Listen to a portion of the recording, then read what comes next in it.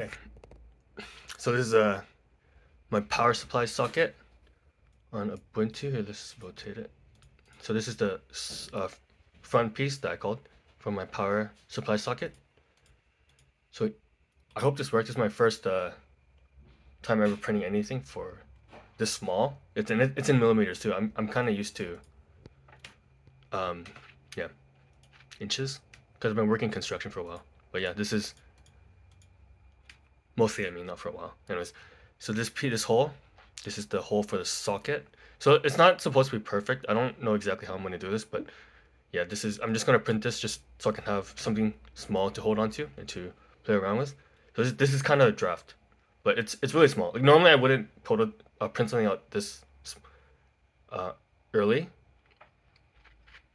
due to wasting material, but this is really small. So and it is my first time, so I do need practice. So this is the hinge.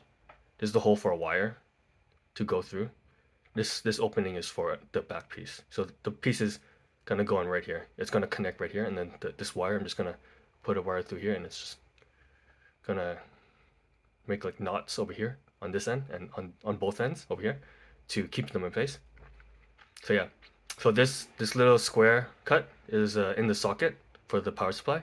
Connector is for the grounding. This goes over down here. This is for the grounding. It's gonna protrude right here, the grounding conductor. And this is the, let's move this a bit.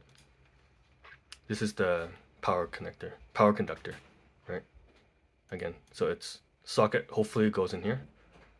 I don't really care if it fits. I'm just doing this practice 3D printing. I'm gonna measure everything with the caliper, because calipers are made for measuring they're made for small measurements, digital and non-digital. But yeah. So yeah, here's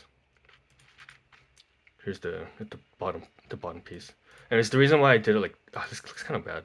It's kind of big. It looks a little excessive, bigger than it needs to be, but that's okay. I don't feel like editing. I just want to print it. It's only a centimeter.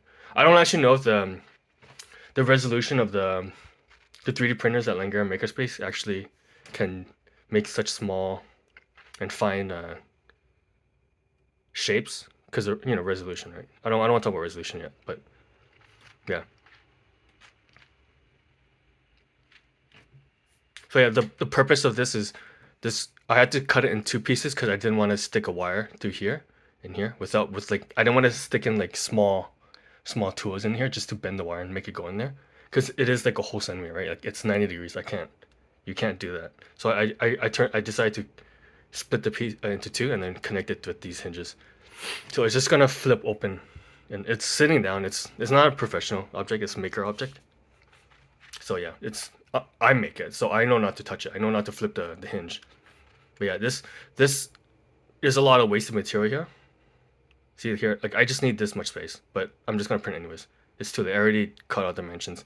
The second piece, the second version, when I edit it, it'll be more realistic, more practical.